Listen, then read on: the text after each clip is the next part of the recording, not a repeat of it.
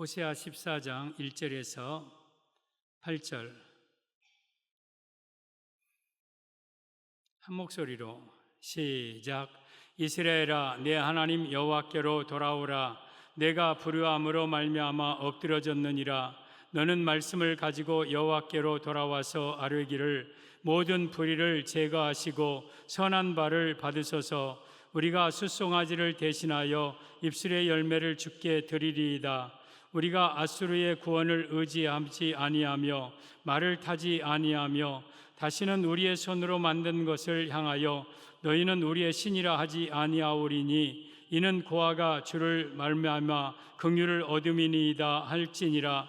내가 그들의 반역을 고치고 기쁘게 그들을 사랑하리니 나의 진노가 그들에게서 떠났음이니라. 내가 이스라엘에게 이슬과 같으리니 그가 백합화같이 피겠고 레바논 백향목같이 뿌리가 박힐 것이라. 그의 가지는 퍼지며 그의 아름다움은 감람나무와 같고 그의 향기는 레바논 백향목 같으리니 그 그늘 아래에 거주하는 자가 돌아올지라. 그들은 곡식같이 풍성할 것이며 포도나무같이 꽃이 필 것이며 그 향기는 레바논의 포도주 같이 되리라. 에브라임의 말이 내가 다시 우상과 무슨 상관이 있으리요 할지라. 내가 그를 돌아보아 대답하기를 나는 푸른 잣나무 같으니 내가 나로 말미암아 열매를 얻으리라 하리라. 아멘. 오늘 제목은 하나님의 진노를 떠나게 하는 비결이라는 제목으로 말씀을 드립니다. 집중해서 말씀을 잘 들으세요. 하나님의 진노를 떠나게 하는 비결. 오늘 이 호세아서는 북왕국 이스라엘을 향한 외침의 선지자인데 북왕국 이스라엘이 하나님을 떠나고 죄 가운데 살자 각종 진노가 하나님에게 임합니다. 그러면서 이 북왕국 이스라엘을 향하여 호세아 선지자는 여호와께로 돌아오라, 여호와께로 돌아오라 말한 거예요. 그러면 4절에 내가 그들의 반역을 고치고 기쁘게 그들을 사랑하리니 나의 진노가 그에게서 떠났습니다. 하나님의 진노를 내가 떠나게 할 것이다. 하나님이 말씀하시는 거예요. 호세아를 통해서. 여러분, 우리는요 하나님의 진노를 받으면 안 돼요. 하나님의 진노는 무서워요. 하나님은요 무서운 하나님이에요. 이 나훔 1장 6절에 오면 누가 그의 분노 앞에 서며 누가 그의 진노를 감당하랴? 그의 진노가 불처럼 쏟아지니 바위들이 터지는도다. 하나님의 진노 앞에 설 자가 한 사람도 없어요. 하나님의 분노 앞에 설 자가 없는 거예요. 그래서 우리는 하나님의 진노를 받지 말아야 되고 또 하나님의 진노가 여러분에게 현재 있다면 그 진노를 떠나게 해야 돼요. 떠나게 해야 돼요. 여러분, 우리는 평생 살면서 하나님의 진노 받지 않기를 바랍니다.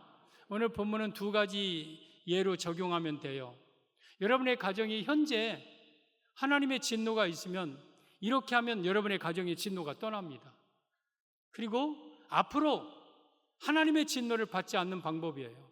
그래서 우리 온 성도들은 절대 결코 하나님의 진노 받지 않는 자들이 되기를 바랍니다. 그러면 이스라엘 백성들에게 내리신 진노가 어떻게 하면 떠나는가? 호세아를 통해서 말씀하셨는데 오늘 여러분에게 내리시는 각종 하나님의 진노와 재앙을 어떻게 하면 떠나게 하는 것일까? 김정열 목사를 통해서 여러분에게 하나님의 진노를 떠나게 하는 비결을 지금 말씀하고 있는 거예요. 그러면 말씀을 잘 듣고 여러분들의 삶 속에 진노가 임하지 않고 임한 진노가 떠나는 역사가 있기를 바랍니다. 하나님의 진노를 떠나게 하는 비결. 첫째, 말씀을 가지고 여호와께로 돌아옵니다. 이것이 떠나는 비결이에요. 말씀을 가지고 여호와께로 돌아온다. 1절, 2절 보면 이스라엘아, 내 하나님 여호와께로 돌아오라. 내가 불의함으로 말미암아 엎드러졌느니라. 너는 말씀을 가지고 여호와께로 돌아와서 아뢰기를 모든 불의를 제거하시고 선한 바를 받으소서. 우리가 숫송아지를 대신하여 입술의 열매를 주께 드리리이다. 여호와께로 돌아와라. 말씀을 가지고 여호와께로 돌아오면 진노가 내게서 떠난다. 이 말씀의 의미는 하나님의 말씀을 붙들고 하나님께로 돌아오면 하나님은 진노를 떠나게 하심을 의미합니다. 사랑하는 성도 여러분, 하나님의 진노가 떠나는 방법은 말씀을 가지고 하나님께로 돌아오는 것이에요. 이것이 하나님의 진노가 떠나는 비결이에요. 북왕국 이스라엘의 우상숭배, 남색하는 자, 또 하나님의 말씀을 불순종하고 각종 타락하고 그럴 때 북이스라엘에 각종 진노가 임했어요. 그 진노는 다양해요. 저 북방에 있는 아수르가 와서 침략을 하든지, 다른 나라가 이스라엘을 공격하든지, 아니면 하늘이 닫혀 재앙의 가뭄이 오든지, 비가 내지 않든지, 재앙이 내리고 메뚜기가 오고 또한 전염병이 내리고 각종 질병, 유행병이 막 있고, 이런 모든 것들은 북왕국 이스라엘에게 내린 하나님의 재앙이에요. 재앙. 그런데 이것을 사람의 방법으로 해결할 수가 없는 거예요. 어떻게 비가 안 오는데 그 하늘을 열고 비를 내리게 할 수 있습니까? 강한 나라가 쳐들어오는데 어떻게 내가 그 나라를 이길 수 있습니까? 전염병이 전국에 도는데 어떻게 그 전염병을 물리칠 수 있습니까? 어떤 것으로 안 되는 거예요. 이게 모든 것이 다 하나님의 진노예요, 진노. 여러분, 우리 가정에, 여러분의 가정에 갑자기 재앙이 찾아온다, 질병이 찾아오고 가정에 여러 가지 사업 문제, 물질 문제가 꼬이고 각종 어려움이 생긴다. 이건 우연이 아니에요. 절대 우연이 아니에요. 하나님이 하시는 일이에요. 그러면 그것을 해결할 수 있는 방법은 딱 한 가지, 여호와께로 돌아오면 돼. 여호와께로 돌아오면. 북왕국 이스라엘에 하나님이 진노를 내리신 것은 북왕국 이스라엘이 하나님을 떠났다는 증거예요. 너희들이 하나님을 떠났으니까 하나님이 너희들에게 진노를 내리는 거야. 그러니 하나님께로 돌아와. 그러면 진노 떠나게 해. 지금 이 말인 거예요, 이 말인 거예요. 호세아 6장 1절 이하에 보면 이렇게 말씀합니다. 오라, 우리가 여호와께로 돌아가자. 여호와께서 우리를 찢으셨으나 도로나게 하실 것이요, 우리를 치셨으나 싸매어 주실 것입니다. 여러분, 이스라엘을, 북왕국 이스라엘을 또 찢으신 분도 하나님이에요. 또 치시는 분도 하나님이셔요. 그러면 하나님이 찢으셨으면 그 누구도 봉합할 수 없는 거예요. 하나님이 다시 싸매어 주셔야 돼요. 그런데 하나님이 찢으시고 도로 낫게 하시고 치시고 싸매어 주신다. 뭐 할 때에? 여호와께로 돌아갈 때에. 여호와께로 돌아갈 때. 그런데 하나님이 저 찢고 또 찢으신 것을 봉합하는 기간이 그렇게 길지 않아요. 2절에 보면 여호와께서 이틀 후에 우리를 살리시며 셋째 날에 우리를 일으키시리니 우리가 그의 앞에 살리라.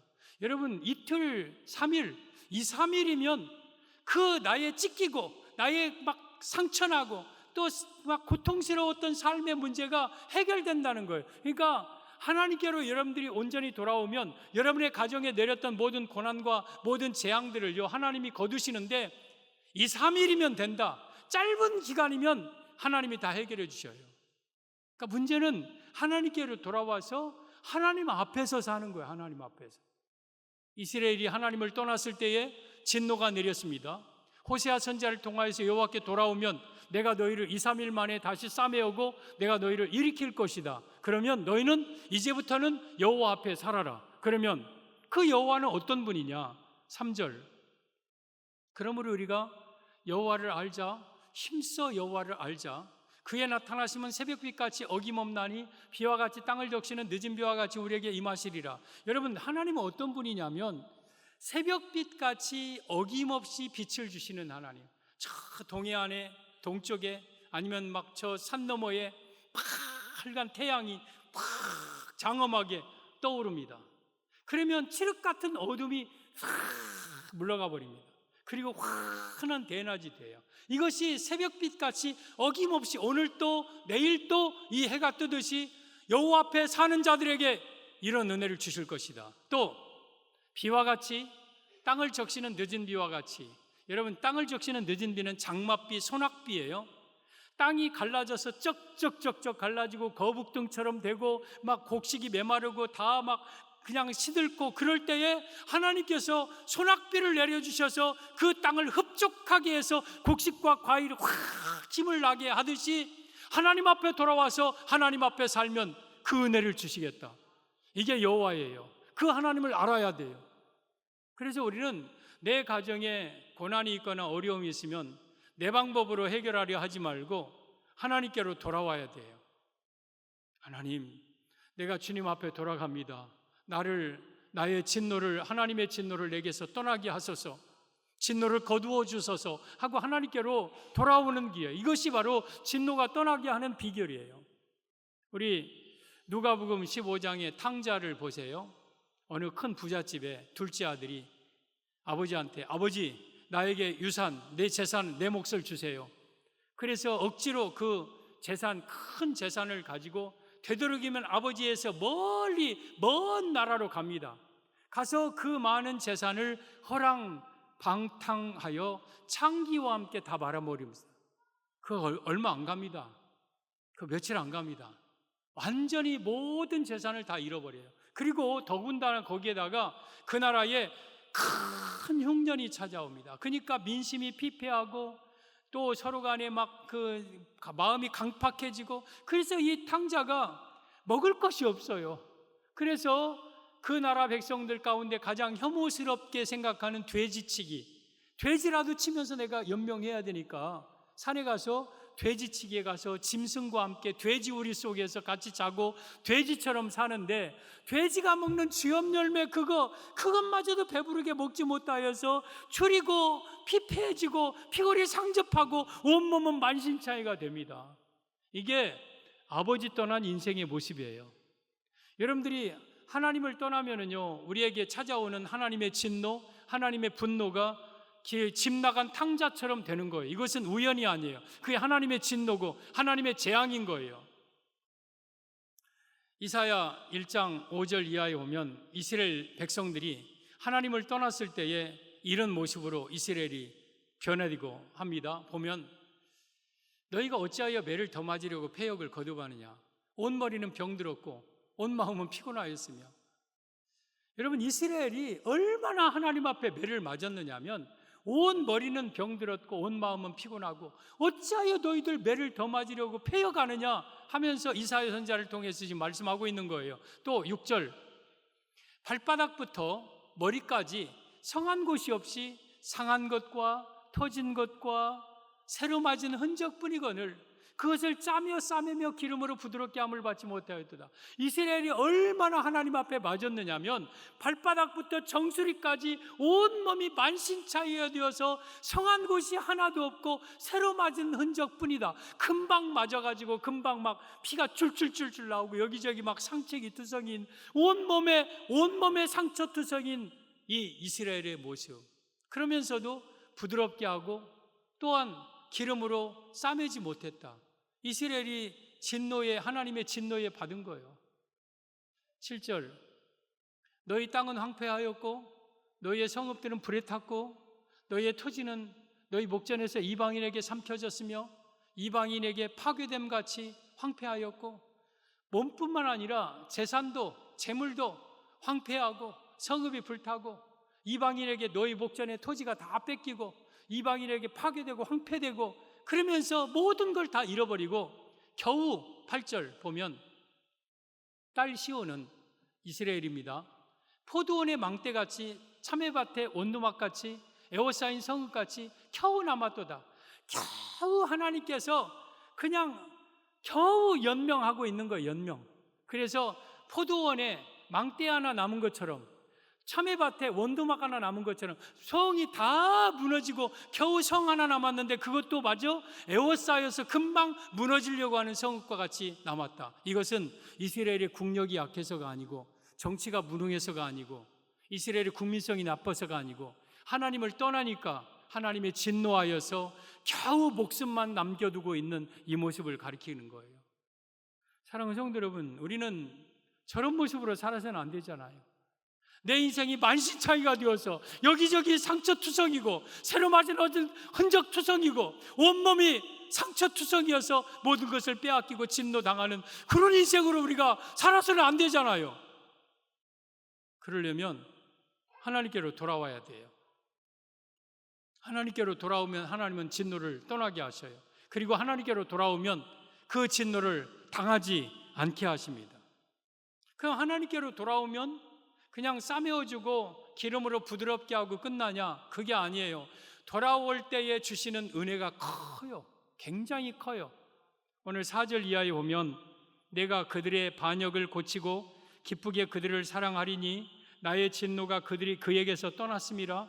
그리고 5절에 내가 이스라엘에게 이슬과 같으리니 그가 백합화 같이 피겠고 레바논 백향목 같이 뿌리가 박힐 것이라. 그의 가지는 퍼지며 그의 아름다움은 감람나무와 같고 그의 향기는 레바논 백향목 같으리니 그 그늘 아래에 거주하는 자가 돌아올지라. 그들은 곡식같이 풍성할 것이며 포도나무같이 꽃이 필 것이며 그 향기는 레바논의 포도주같이 되리라. 하나님 앞에 돌아올 때에 진노를 떠나게 할 뿐만 아니라 오늘 이스라엘에게 하나님은 이슬과 같이 되고 레바논의 백향목과 같은 백성이 되고 포도나무 향기와 같이 향기가 진동하는 땅이 될 것이고 너희 땅에 포도주가 가득할 것이고 너희 땅에 곡식이 가득하고 곡물이 가득하고 넘치는 풍성한 은혜를 내가 너에게 줄 것이다. 사랑하는 성도 여러분, 우리가 하나님께로 돌아오면은요, 하나님께서는 진노만 거두는 게 아니라 4절에서 7절에 충만한 복을 준비하고 계신 거예요. 그 복을 받기 위해서는 하나님께로 돌아와야 돼요. 돌아와야 돼요. 그런데 우리가 하나님께로 돌아오게 하는 게 뭐냐? 말씀이에요. 말씀. 오늘 2절에 보면 너는 말씀을 가지고 여호와께로 돌아오라. 그래도 선지자들을 통해 받은 말씀, 제사장들을 통해서 받은 말씀, 그거 붙들고 하나님 앞에 돌아오는 거예요. 여러분, 말씀이 없으면은요, 우리는 하나님께로 돌아올 수가 없어요. 여러분, 우리는 말씀을 붙들고 하나님께로 돌아오는 거예요. 그럴 때 하나님은 진노를 거두십니다. 진노가 떠납니다. 그래서 여러분들은 하나님의 말씀을 붙들고 살아야 돼요. 그래서 우리는 하나님의 진노를 받지 아니할 뿐 아니라 여러분에게 혹이라도 어떤 진노가 있는지는 모르겠어요. 여러분의 가정에 어떤 아픔이 있는지, 고통이 있는지는 모르겠어요. 그러나 그건 인간적인 방법으로 해결 안 돼요. 하나님께로 돌아와야 돼요. 말씀을 가지고 하나님께로 돌아올 때에 하나님은 그 진노를 여러분에게서 떠나게 하시고 그리고 준비된 은혜를 주셔요. 이것이 진노가 떠나게 되는 비결이에요. 하나님께로 말씀을 가지고 돌아오는 것. 하나님의 진노를 떠나게 하는 비결 둘째, 아수르의 구원을 의지하지 않아야 합니다. 아수르의 구원을 의지하지 않아야 된다. 3절, 우리가 아수르의 구원을 의지하지 아니하며 말을 타지 아니하며 다시는 우리 손으로 만든 것을 향하여 너희는 우리의 신이라 하지 아니하오리니 이는 고아가 주로 말미암아 긍휼을 얻음이니이다 할지니라. 다시는 아수르의 구원을 의지하지 않고 아수르 백성들이 주는 그 말을 우리는 타지 않겠다. 이것이 떠나는 비결이에요. 이 말씀의 의미는 다시는 사람을 의지하지 않는 것, 이것이 하나님의 진노를 떠나게 하는 비결입니다. 사랑하는 성도 여러분, 하나님의 진노를 떠나게 하려면 사람을 의지하면 안 돼요. 여러분, 이 아수르는 여러분 이스라엘 북쪽에 있는 그러한 큰 나라예요. 고대 근동의 최강자예요. 유프라테스, 티그리스 강을 유역으로 삼고 있는 유프라테스 문명의 발상지, 그 굉장한 나라 아수르예요. 이스라엘 백성들은 하나님을 의지해야 되는데 무슨 일이 있으면 아수르의 구원을 의지해요. 아수르의 말을 원하고 있어요. 그러니까 그에게 진노가 내리는 거예요. 여러분, 우리가 어려움을 당할 때에, 고난을 당할 때에 우리 아버지 하나님께 구하지 않고 옆집에 아저씨 찾아다니고 옆집에 어떤 힘 있는 사람 쫓아다녀서 그 앞에서 내가 구걸하고 산다 해보세요. 살아계신 하나님께서 얼마나 그 모습을 보고 진통, 여러분 진노하시겠습니까? 우리는 여러분의 아버지가 계시잖아요. 전능하신 창조주, 땅도 내 것이요 은도 내 것이요 금도 내 것이요 온 천하에 있는 것이 다 하나님의 것인 그 하나님이 여러분의 아버지이잖아요. 못할 것이 없는 전능하신 분이 우리의 아버지이잖아요. 그러면 고난을 당하고 어려움을 당할 때 사람 찾지 말고 하나님 찾아야죠. 하나님 의지해야 되죠. 어쩌면 이스라엘에게 고난이 찾아온, 진노가 찾아온 이유 중에 하나가 어려움 당할 때마다 애굽 쫓아다니고 아수르 쫓아다니니까 그래 한번 네가 애굽 한번 의지해봐라, 아수르 한번 의지해봐라, 잘 되는가 봐라 하고 하나님이 진노를 내리시고 거두지 아니하시는 거예요. 사랑하는 성도 여러분, 아수르는요, 여러분 우리의 의지가 되지 못해요. 저 아수르, 북쪽에 있는 아수르는요, 이스라엘이 아수르를 의지했다고 했죠. 오늘 3절에 아수르의 구원을 원했다고 그랬죠. 근데 아수르가 이스라엘을 구원해 줬습니까? 오히려 BC 722년에 아수르 살만에셀이 와서 이스라엘을 점령해 버렸어요. 그래서 사마리아를 완전히 파괴시키고 다 여러분 포로를 끌고 가고 죽이고 잡아 죽였던 나라가 아수르예요. 그 나라를 의지하겠습니까? 그리고 그 아수르는 그 이후로 110년 후에 주전 BC 612년에 바벨론에 의해서 멸망되어 버린 나라예요. 여러분, 이스라엘이 의지했던 아수르가 오히려 이스라엘을 침략해 왔고 그 아수르가 바벨론에 의해서 멸망당한, 그러니까 아수르는 아무것도 아닌 거예요. 사실은요, 아수르는 사람을 의지합니다. 사람을 의미합니다. 우리가 어려움이 있을 때 사람 찾아다니고 이 사람 저 사람에게 도움을 구하고 아쉬운 소리 하면 그 사람이 여러분들을 도와줄 것 같습니까? 그 사람이 여러분들의 어려운 문제를 해결해 줄 것 같습니까? 해결해 줄 능력도 없을 뿐만 아니라 그들은 오히려 여러분을 노예로 삼아요. 여러분을 짓밟아요. 그리고 결국 그는 죽을 존재예요. 그러니까 우리는 어려움이 있어도 절대로 결단코 사람 의지하지 않는다. 내가 사람에게 아쉬운 소리 하거나 전화하거나 그 앞에서 읊조리거나 나를 좀 형편을 봐달라고 하거나 나 그러지 않는다. 영적인 자존심이 있지. 우리가 어디 사람 앞에 가서 도와달라고 하고 그 사람 의지하고, 여러분 이럴 때에 그것은 하나님의 진노를 더하게 되는 거예요. 하나님은 눈 뚝 뜨고 살아계시는 거예요. 여러분들이 어려움이 있을 때 사람을 찾아가는 거 하나님은 다 보고 계시고 누구에게 전화하고 있는가 다 보고 계신 거예요.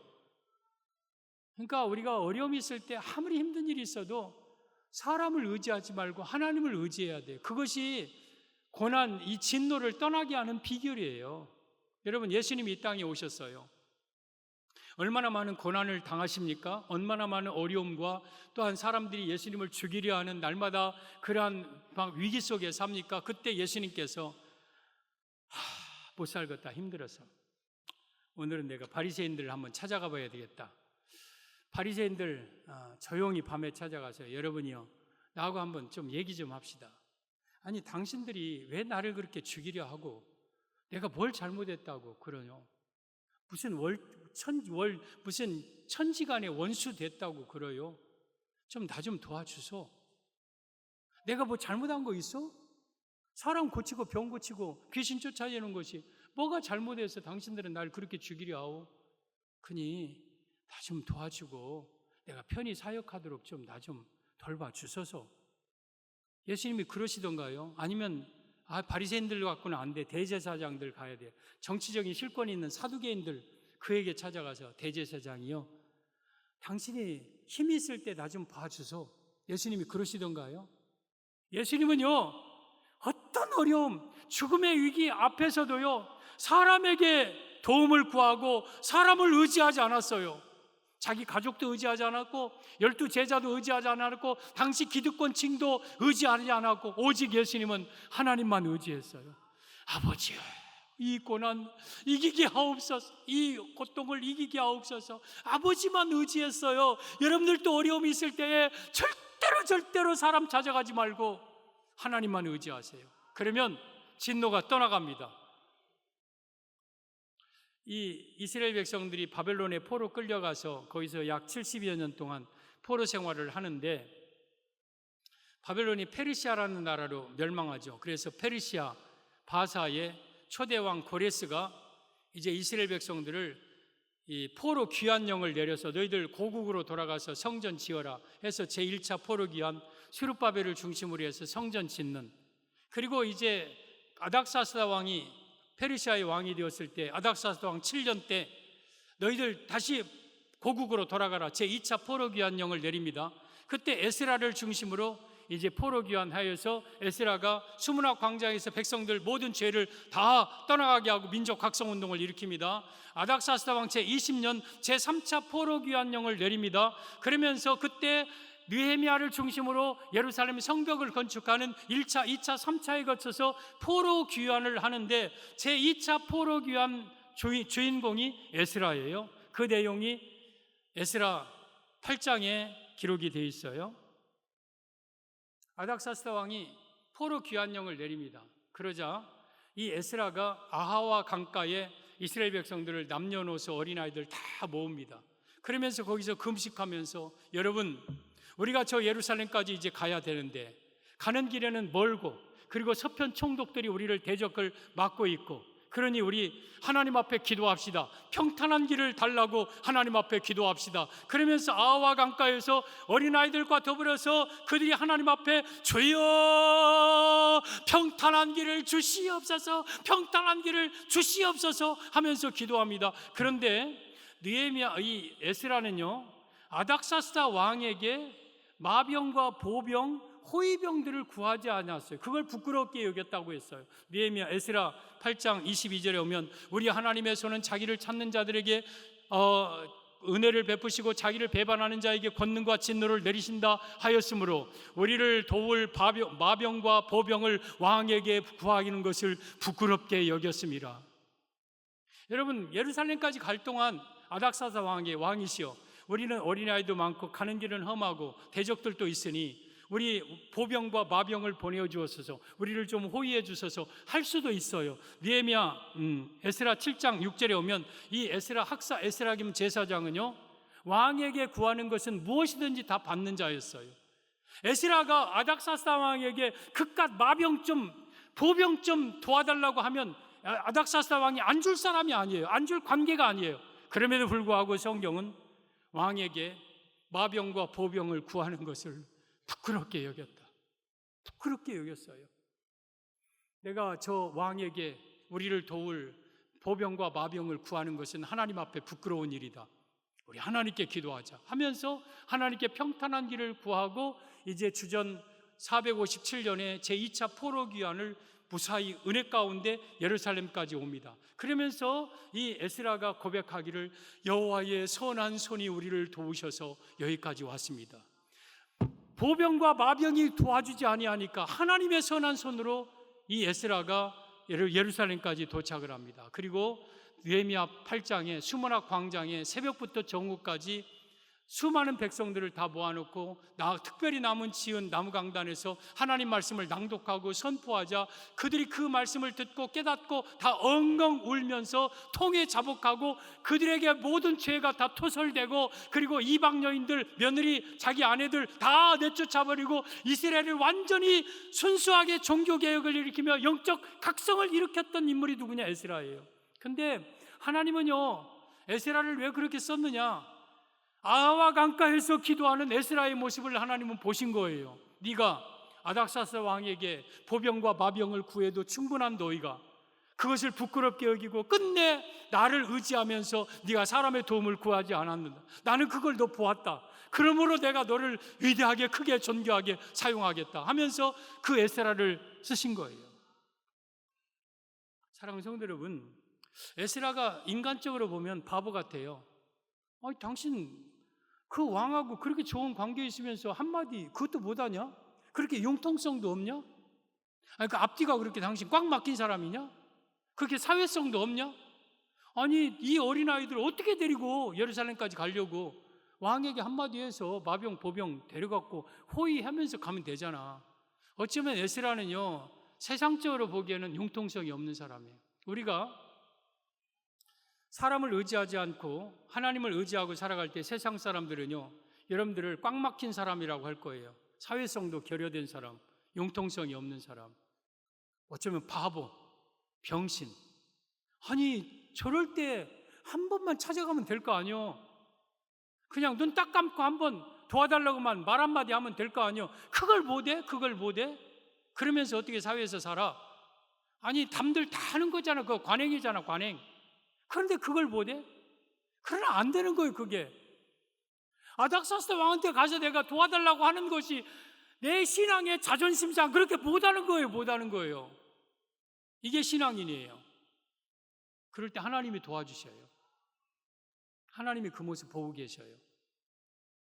이사야 2장 22절에 오면, 너희는 인생들을 의지하지 말라. 그의 호흡은 코에 있나니 수에 칠 가치가 어디 있느냐.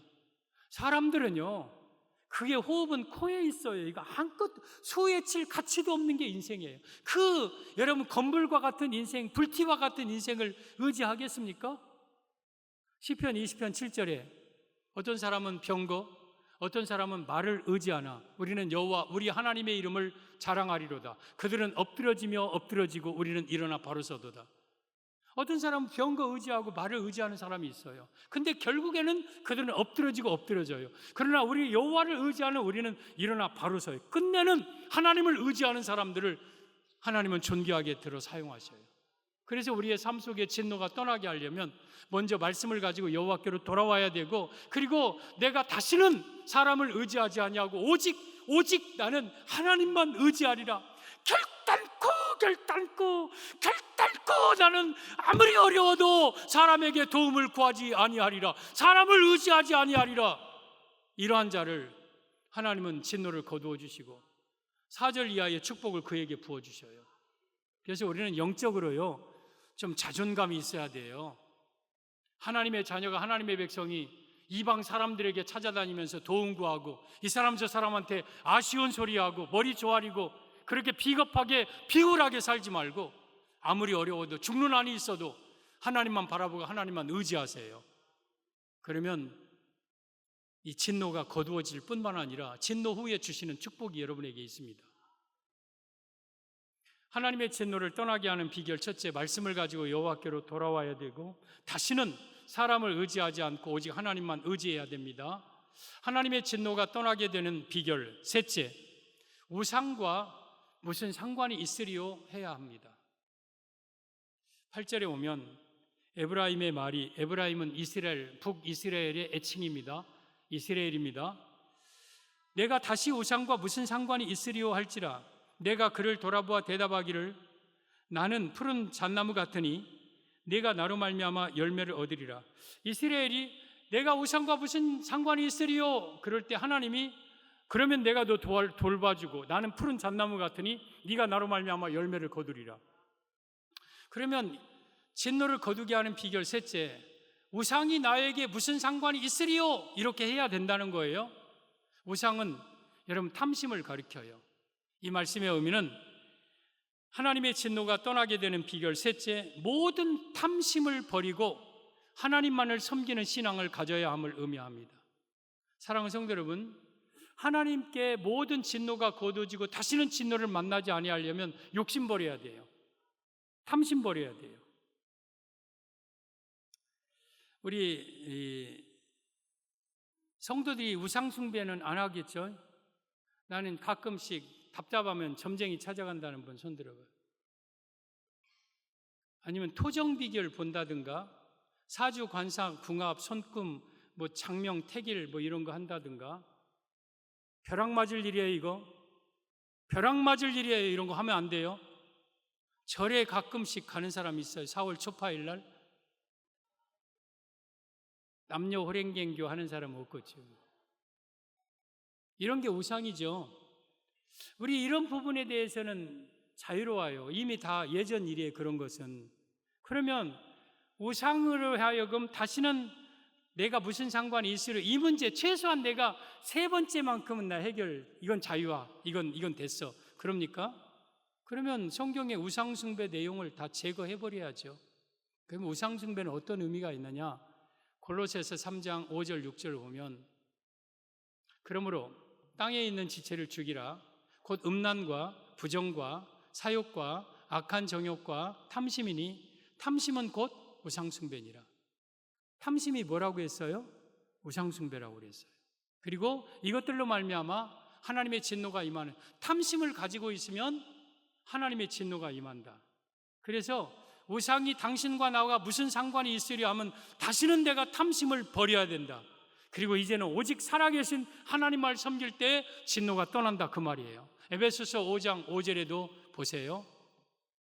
너희도 정녕 이것을 알거니와 음행하는 자나 더러운 자나 탐하는 자 곧 우상숭배자는, 탐하는 자 곧 탐내는 자와 우상숭배자가 똑같다는 뜻이에요. 그러한 자는 다 그리스도와 하나님의 나라에서 기업을 얻지 못하리라. 이 땅의 기업 축복도 얻지 못할 뿐만 아니라 천국에 들어가지도 못한다. 그래서 우리가 경계하고 경계해야 될 것은 탐심이에요. 탐심, 욕심. 저 말씀을 액면 그대로 말하면 끝내 탐심을 가지고 있는 자는 지옥 간다는 뜻이에요. 왜 사람들이 우상숭배합니까? 탐심 때문에 우상 숭배하는 거예요. 여러분, 모든 것은 탐심 때문에 하나님을 섬기지 않냐고 세상 것들을 섬기는 거예요. 탐심 때문에. 여러분, 이 우상은 비단 돌과 쇠와 또는 금으로, 나무로 만들어진 어떤 형상만 우상이 아니에요. 내게 있어서 우상은 하나님보다 더 사랑하고 하나님보다 더 귀하게 여기는 것, 하나님보다 더 마음 쓰이고 더 하나님보다 시간 들이고 물질 들이게 하는 것, 뭔가 나에게 그게 있어. 다른 건 다 포기해도 이것만큼은 절대 내가 잃어버리고 싶지 않은 것, 아니 잃어버릴 수 없는 것, 뭔가 나에게 하나 붙잡고 있는 것, 그것이 사실은 여러분에게 우상이에요. 하나님 앞에서는요, 이것마저도 버릴 수 있어야 돼요. 그게 자녀일 수도 있고 부모일 수도 있고 돈일 수도 있고 세상의 권세, 명예일 수도 있고 어떤 것일 수도 있어요. 이것도 아무것도 아닌 것처럼 여겨야 그게 진정한 하나님을 섬기는 자들이에요. 모습인 거예요.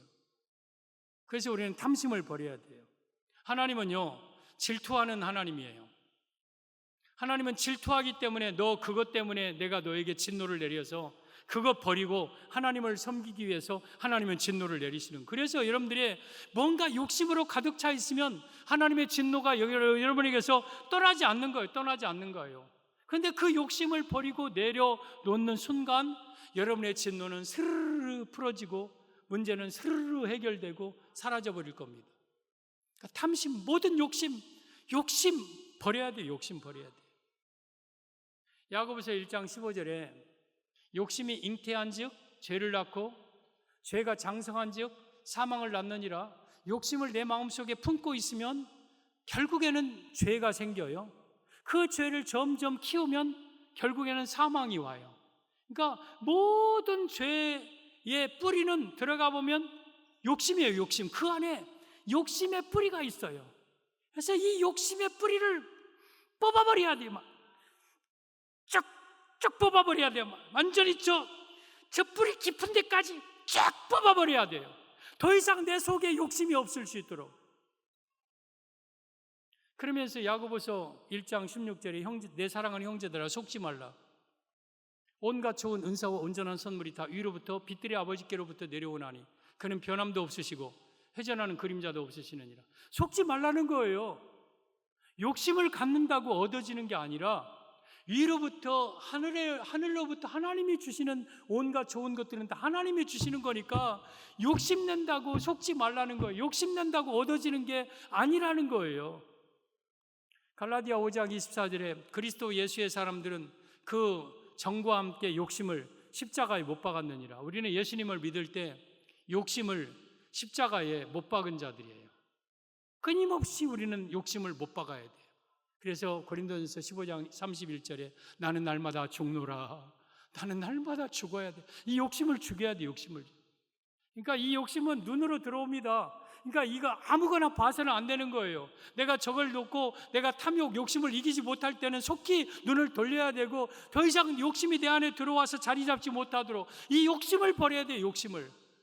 욕심을 버려야 제대로 하나님을 섬길 수 있고 그러할 때에 진노가 떠납니다. 모든 욕심 버리세요. 여러분, 이 세상 것들은요 아무것도 아닌 거예요. 헛된 것들이 헛된 것들. 잠시 잠깐 후엔 다 놓고 갈 것들이에요. 뭘 세상 것들에 그렇게 욕심을 내고 삽니까? 그렇게 세상 것들이 좋습니까? 천국에서 받을 그 영광을 생각하면 이 땅의 것들은 적당하게 하나님이 주시는 대로 누리며 베풀며 살면 되는 거고 이 세상 것들이 너무 욕심내지 마세요. 탐심은 나를 파괴하는 파괴자고 나를 영원한 지옥에 떨어지게 하는 거예요. 절대 어떤 것도 욕심내지 마세요. 잘 먹으려고도 하는 욕심, 많이 먹으려는 욕심도 하지 마세요.